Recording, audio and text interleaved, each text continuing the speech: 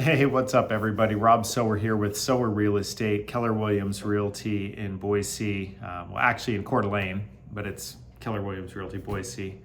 I'm here in the Coeur d'Alene office, and hopefully you guys had a great Mother's Day this last month. And now we got Father's Day coming up, so hopefully celebrate Dad a little bit. You know, big shout out to my own dad, so thank you. Happy Father's Day for him coming up. And just hopefully you do something nice. Speaking of nice, we've had finally some nicer weather, at least up here in North Idaho. It was kind of this longer, drawn out, rainy, cold, kind of wintry spring that finally seemed to break lately. And so that's been great, getting a little bit of spring fever. But I will say that things just, I don't know, they feel kind of different. I don't know if it's just me.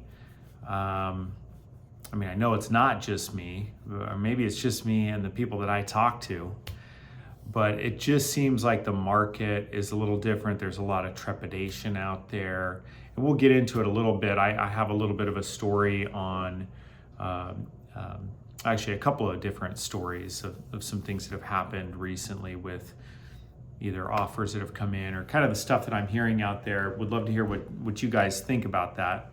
But first, we'll jump into the market stats. So start with the Ada County market. And even though, you know, a lot of this is I'm up in Coeur d'Alene a lot of the times.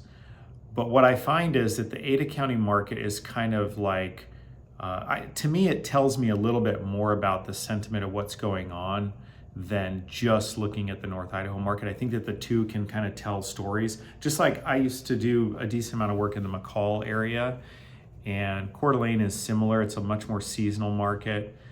It's a little bit more of a resort town market, whereas Ada County is more of a bigger picture look of things. I mean, you have 2 to 3 times the amount of transactions going on there. Actually, probably more, because this just shows existing homes, whereas, you know, the market stats that we get for Kootenai County are both new construction and existing. But anyway, I don't want to get too nerded out on that. So, all right, the market stats that we're seeing here, again, same old with the red line showing the active homes throughout the 12 months of the year. The dark line being everything that sold that month, and then the lighter gray line being everything that went under contract that month. A couple of things that are of note, in my opinion, is right here, the gap again, and I referenced it the last email, newsletter, video, or whatever you want to call it, that we are seeing a bigger gap here than we did last year, right? And that's reflected in the inventory down here. You see it's a 2.1 months of inventory, whereas the month before is 1.9. So we're actually seeing inventory go up. And just as a reminder, inventory, the way it's measured here, is really kind of an absorption rate. So it really shows what the strength of the market is. So even though it still shows as a seller's market, it just doesn't quite feel that way. And again, I'll touch on that here in a little bit, but we're I don't know, it's just there's a lot of indicators that show that it's a little bit more of a buyer's market, even though the numbers show that it's a seller's market. Average home sale price, again, has stayed pretty flat. It's hovering right around 600, which is still crazy to me. It's probably crazy to you too. And the fact that our interest rates are still where they're at, I think, is part of the sentiment that I'm kind of hinting at. The market stats for Kootenai County, really nothing's changed since last month. You know, everything is pretty much kind of trekking along. I'm not seeing any big changes in any reasonable markers. And so I'm not even really going to touch on that too much. You can look at the email newsletter. And if you're watching this video on YouTube, then maybe you don't get the email newsletter, which if you want to, let me know. I can send it out.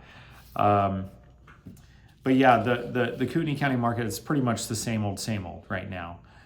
So I'm focusing a little bit more on the Ada County because I think that it's showing a little bit more of what the general sentiment is on that. So yeah, what are we seeing in the market beyond the numbers? We are seeing things taking a little bit longer to sell. We are seeing buyers being able to negotiate a little bit more. We're seeing a little bit more of the lower priced homes, which in a lot of ways is good. But, it used to be, it wasn't that long ago that you couldn't find a house in Ada County for under 400. Well, now you can find several, and they aren't selling right away, in fact. So, some of them are, but it's just a very different market than it was a little while ago. And again, it's probably because of the interest rates. In fact, I talked with a home inspector just recently, and sorry, this kind of segues into my next kind of topic, which is, and this may have something to do with what's going on as well, the sentiment and things being a little bit, slower in some ways. But the NAR lawsuit is still something that's a conversation that I'm having a lot with people, or they're asking me a lot of questions about it, or they're telling me things that they think that the NAR lawsuit is saying that it really doesn't say. So I talked with this home inspector friend of mine, and he was bringing it up, and he was saying that he's talking with a lot of realtors, and a lot of their sentiments are, oh, what are we going to do? This is going to change the industry, which in a way I think it will. But there was this sentiment that these agents were saying that, oh, well, now we have to really kind of pitch our services. We have to promote our value and demonstrate our value and all this kind of stuff. And I don't totally disagree with that, but I think that over the years, there's just been so much that's been missed in what a realtor does that, and honestly, I think there's been a lot of realtors that just don't do a whole lot, that I think the general public has just had a lot of bad experiences. So I'm of the opinion that this will actually be a good thing as time goes on. I think that a lot of the people that have worked with a good experienced agent, that they've gone through transactions where the agent has saved them in the negotiations of one form or another, maybe 10, 20, 50 grand, or maybe they've won a listing, or not a listing, but they've won like in a competitive market, they're a buyer and they have a tough situation and they get under contract because the agent was able to find an angle or whatever. The people that have had those experiences, I find they don't question the value of the realtor's commissions and so forth. But definitely there are plenty of people that have not had those experiences that are questioning, and maybe they should. So we are seeing a lot of those conversations, and that brings me to my last point. It's kind of a little story or something that happened recently.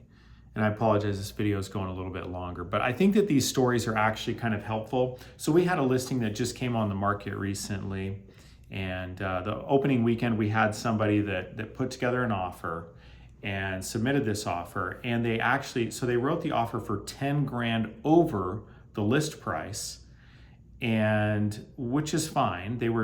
What they were doing is they were saying, we're going to go 10 grand over the list price, and then we're going to ask for the seller to pay for 10 grand of our closing costs. Which again, no problem. There's pros and cons to that. I explained those to my client, and they had some concerns about it because appraisal, we were already kind of at the top of where the value really could be justified from an appraisal standpoint. And so I just kind of told them, hey, there's kind of a risk there. So I went back to the other agent. I said, well, what if the appraisal comes in low? Well, this other agent said, oh yeah, that's fine. They have money that they can pay for a low appraisal. I said, okay, well, that's great verbally. But we all know that in contracts for real estate, verbal basically means nothing. So what we did is we went back and we counteroffered, after I had clarified this, and they said, yeah, that's fine. We counteroffered, and this is some verbiage that I've used before. This worked great. We basically said, and I should have had this right in front of me, but I'll just go from memory. In the event of a low appraisal, buyer agrees to pay up to $10,000 over low appraisal, not to exceed, the contract purchase price. To me, it seemed pretty straightforward. It kind of protected each person. They already said they were willing to pay 10 grand. So we're just, securing that for my seller and not telling them that, hey, no matter what the appraisal is, you got to keep going through the contract. In other words, the appraisal is not a contingency of the sale. Well, this agent could not understand that. As I had to explain it to them, I ran through some scenarios. I said, look, this is what that means. And this agent kept feeling like we were just saying that they had to go through with it no matter what the appraisal is. And I said, no, that's not what it says. Blah, blah, blah. I said, maybe you should talk with your broker. And this agent said, oh, I've been an agent in California for, 15 years or whatever. And I've never seen this before. So ultimately what happened is, because this agent was not able to understand it and explain it to their buyer, this is a first-time home buyer, that buyer got scared, and then they couldn't deal with it. They just, so they backed out of their offer. Now, maybe they should have. I'm not trying to say that, oh, well, they should have just bought the house anyway. It's totally not what I'm saying. However, to me, this was a great example of when you're working with an agent, you want to have somebody that knows how to read contracts, how to explain these things to their buyer or seller so that they can actually make a good decision and not one that's only based on emotion. Because I would argue that's kind of what happened here, that this buyer got scared because they didn't understand what was going on. And so they bailed. They couldn't deal with it. And so, yeah, I would say it just makes a big difference who you work with.